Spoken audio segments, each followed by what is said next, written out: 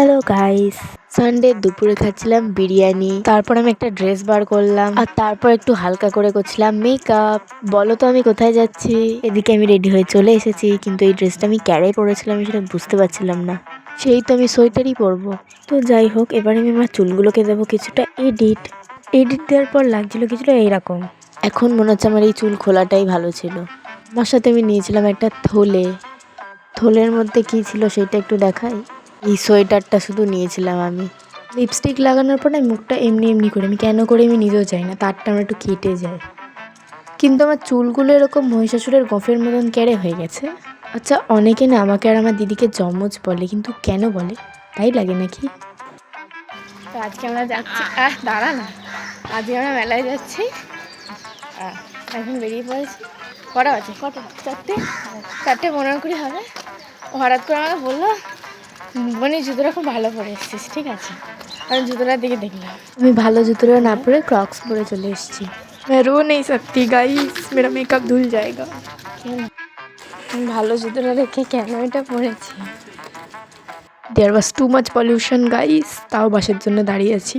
তো পৌঁছে গেছি আমাদের গন্তব্যে। তো এটা হলো সঞ্জীবপল্লী চৌরাস্তার আগে, এখানেই চণ্ডীমেলা হয়। এই রাস্তাগুলোর সাথে কিন্তু অনেক স্মৃতি জড়িয়ে আছে। তুই দেখো, দেখেছি তো এক্ষুনি আমি পড়ে যেতাম। পৌঁছেই গেছি প্রায় মেলার কাছে। মেলায় ঢুকেই ফার্স্ট আমরা চলে গেলাম মা চণ্ডীর দর্শন করতে। দর্শনের পর বেরিয়ে পড়লাম আবার মেলা ঘুরবো বলে। এটাই হচ্ছে সেই স্কুল যেখানে আমি পড়তাম। এখানেও অনেক স্মৃতি আছে। আমি যতবারই মেলায় যাই ভাবি এগুলো কিনে ঘরটা সাজাবো, কিন্তু ঘরে যতক্ষণ আমার মতন একটা জন্তু আছে ঘর সুন্দর সাজানোই যাবে না। মেলায় এত পুতুল দেখে আমার ইচ্ছে হচ্ছিল যে সবগুলো বস্তায় ভরে ভরে বাড়ি নিয়ে চলে যাই। আমার পুতুল খুব ভালো লাগে গাইস, বিশেষ করে এই ডল কিচেনগুলো। আর এইটা হচ্ছে একটা রাইড, যেটার নাম আমি জানি না, তবে চড়ার আমার একদমই ইচ্ছে নেই। দেখলেই আমার কেমন মাথাটা ঘুরতে শুরু করে দেয়। আর এটা হচ্ছে সেই মেলার চুড়ির দোকান যেখানে দেখতে পেলে আমি দাঁড়িয়ে যাই, because I am also a চুড়ি লাভার। তারপর আমরা কিনলাম কটন ক্যান্ডি। আমি নিয়েছিলাম এই পিঙ্ক কালারটা, আর আমার দিদি নিয়েছিল এই হোয়াইটটা। সাদা বুড়ি চুল পেয়ে খুব খুশি হয়ে গেছে। Look at her smile. এই বান্নি আর মাফগুলো আমারও চাই, কিন্তু কে কিনে দেবে? আমার বাবা তো বাঁশি বাজাতে ব্যস্ত।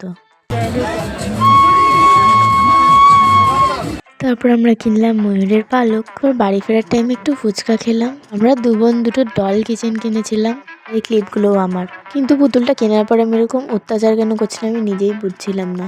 জুতো খুলে নিয়ে চুল ঘেঁটে কি যে মজা পাচ্ছিলাম আমিই জানি। তারপর ঘরে এসে খাচ্ছিলাম এই কটন ক্যান্ডিগুলো, কিন্তু অনেকটাই চুপসে গেছিলো। যাই হোক, যেটুকু আছে সেটুকু খাই, কিন্তু এগুলো মুখে দিলেই কেমন মিলিয়ে যায়, একটু টেস্টও বুঝতে পারি না।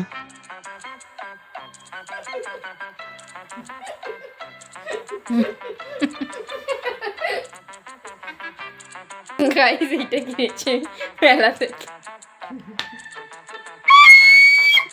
আর কিনেছিলাম এই কাঠবাদামগুলোর একটা বাদাম চাকি, যেটা আমাদের অলরেডি খাওয়া হয়ে গেছে। তো আজকের মতন ব্লগ এখানেই শেষ। ভিডিওটা নিশ্চয়ই খুব বাজে লেগেছে। দেখা হচ্ছে পরের ভিডিওতে, ততক্ষণের জন্য বাই।